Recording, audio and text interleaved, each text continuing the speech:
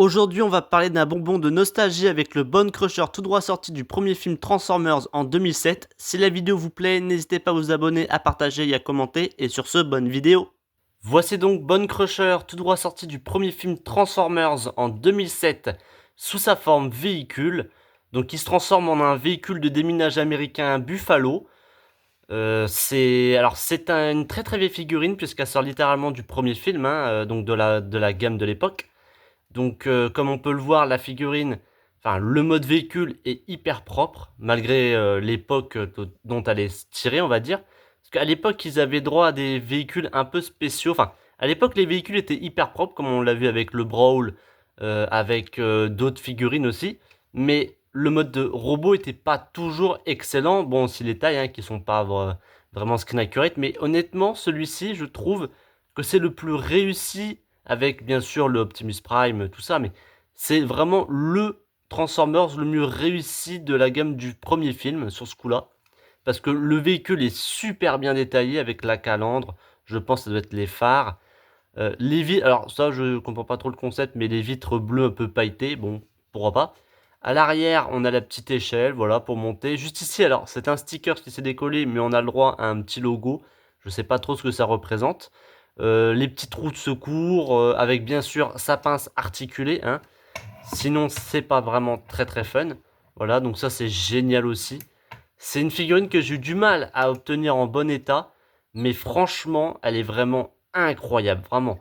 Les roues, enfin le véhicule est hyper solide. Alors en dessous, franchement, c'est super propre aussi, hein. On voit vite fait la tête et un petit peu les jambes, mais le reste du robot est très très bien caché, hein. On voit pas les mains, on voit pas le reste. Franchement, ils ont fait un super travail, il est hyper bien détaillé. Je sais pas si la version Studio Series a fait mieux sur ce coup-là, parce que je ne l'ai pas encore. Je verrai quand je l'aurai.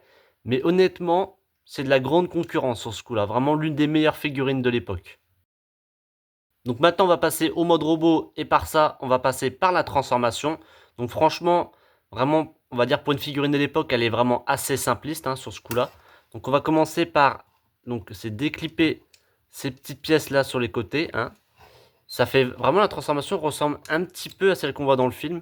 Donc avec les petites pièces comme ça sur le côté qui se déclipent. On remonte ça comme il faut, voilà, dans ce sens-là. On va ouvrir les roues, enfin les roues qui servent de panneaux là sur le côté. Hop. On va déclipper donc les bras dans ce sens-là, voilà comme il faut. Ensuite, on va remonter la tête dans ce sens-là. On va retourner les jambes complètement, voilà, dans ce sens-là. Et on va y retourner donc l'arrière, enfin l'avant des jambes pour les mettre dans le bon sens. Voilà. Ensuite, on va déployer ces petites pièces-là qui va servir un peu de pied, on va dire. Voilà, on déploie la même de l'autre côté. On remet tout bien en place. Hop. On déploie les mains. Alors, il y a deux manières. Alors, moi, il y a soit on déploie juste vite fait comme ça lui fait des petites mains. Soit on déploie littéralement l'entièreté du truc et ça lui fait une gigantesque main. Je vais les laisser en petit, comme ça, on va dire que ce sera un peu plus simpliste, pour moi. Ce sera un peu plus pratique plutôt. Hop. On retourne ça comme il faut. Voilà. On reclipe ça dans le bon sens. Voilà. Donc, les épaules doivent être bien mises dans ce sens-là. C'est un peu plus pratique. Et enfin, cette petite pièce-là, on va la retourner et la mettre dans le bon sens, si ça veut bien tenir. Voilà. Et on n'a plus qu'à déployer, hop, les crochets de Bone Crusher, enfin la pince arrière de Bone Crusher, et à lui caler comme ça sur le dessus, de cette manière. Voici donc le mode robot, et regardez-moi cette beauté, franchement. Il est juste exceptionnellement parfait. Il n'y a rien à dire quasiment. Les, les détails sont vraiment magnifiques, il y en a partout au niveau des mains. La tête est super bien sculptée et sur ball joint, donc ça lui donne une certaine liberté de mouvement. Bon, les articulations, c'est pas vraiment ça, voilà, les hanches ne peuvent pas bouger. Les genoux peuvent se plier, hop, de cette manière, voilà, on peut avancer ça comme cela. Vite fait, bon, les pieds, hop, ça c'est quelque chose que je trouve plutôt positif, c'est qu'on peut, voilà, les pencher de gauche à droite. L'arrière, la pince tient vachement bien quand même, On va pas se mentir, ça tient quand même plutôt bien. Alors bon, moi le mien, il a vite fait une main de cassé, mais bon, ça c'est pas trop grave, ça c'est vite fait l'âge. Les bras peuvent, voilà, tourner complètement. Hop. Et l'avantage, c'est que vu que les bras tournent, on va dire, pas de manière totalement droite, bah, on va dire que c'est pas limité, enfin, c'est pas gêné par cette pièce-là. On peut, hop, plier les bras dans ce sens-là, comme dans un autre, hein. Voilà. Franchement, super figurine, j'adore énormément. La pince est articulée, hein, et ça, c'est plutôt cool à voir, honnêtement.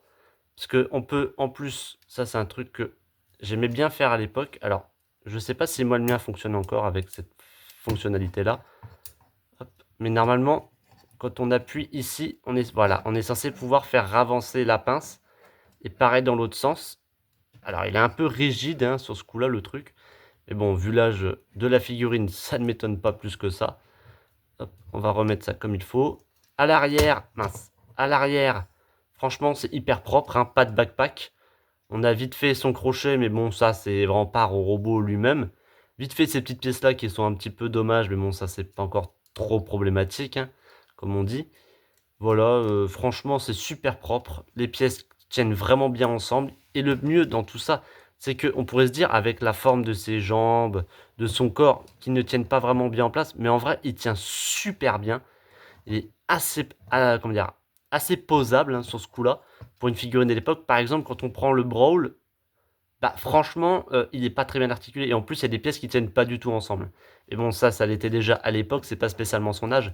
Mais ouais, les pièces ne tiennent pas forcément toutes très bien en place. Surtout l'arrière avec son sorte de backpack, hein, où on doit clipper les bras sur le côté, mais ça ne tient jamais.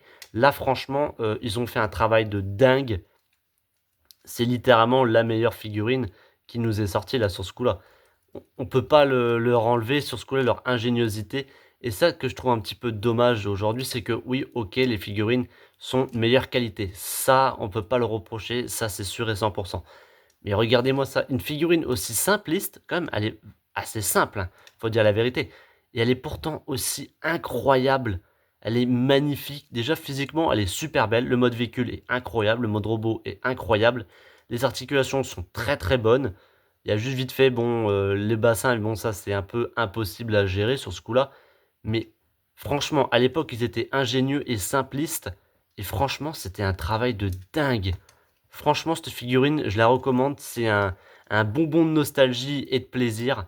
Vraiment, une de mes figurines préférées de l'époque. Pour la prochaine figurine, je vous la laisse deviner. Elle sort tout droit du film Revenge of the Fallen, une figurine de l'époque. Le premier Decepticons qu'on voit du film en attaquant les humains et les Autobots. En plus d'un design vraiment incroyable et unique en son genre, il a le droit à une des scènes les plus badass. Et sur ce, je vous retrouve pour une prochaine vidéo.